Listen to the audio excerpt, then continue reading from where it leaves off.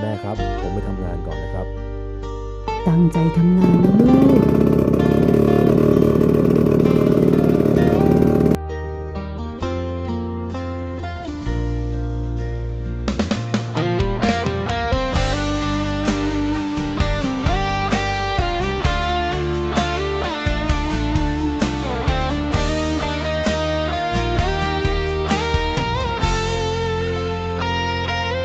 อายคนต่ำต้อย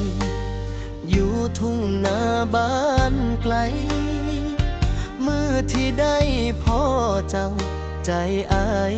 กะหวันไหวลูกสาวคนผู้ดี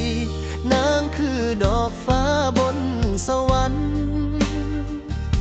บ่คิดว่าสวรรค์สิส่งมาให้ยืนใกล้กันจับมือกันอยู่โดนความหักมันค่อยๆกดโตอ้ายหูโตดีว่าบ่คู่ควรดอกน้อ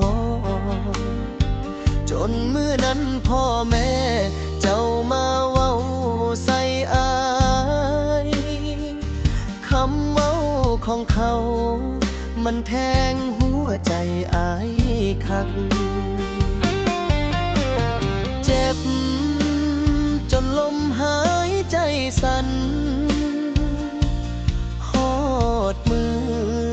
สิพยายามหักใจหักเจ้าปานใด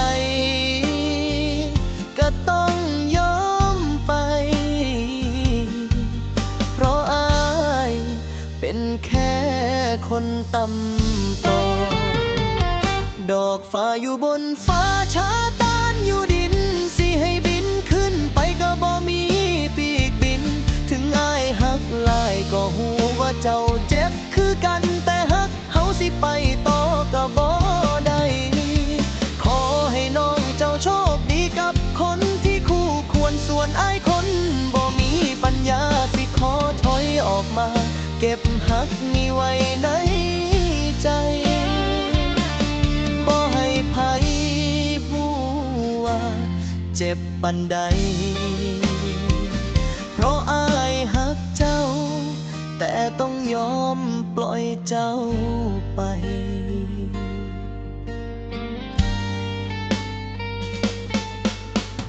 เห็นเจ้าไหล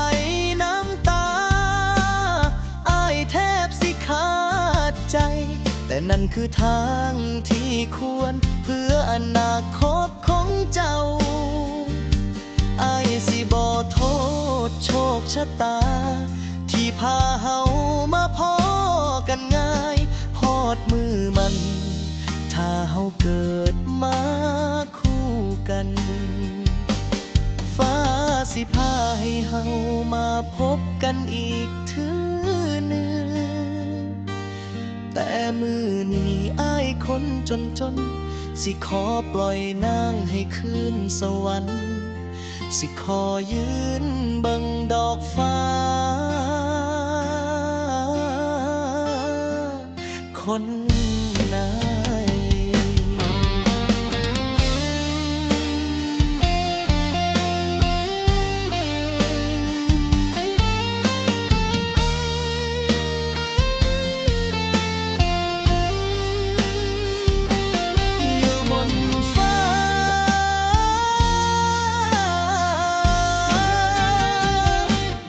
ฟ้าอยู่บนฟ้าชาตานอยู่ดินสิให้บินขึ้นไปก็บ่มี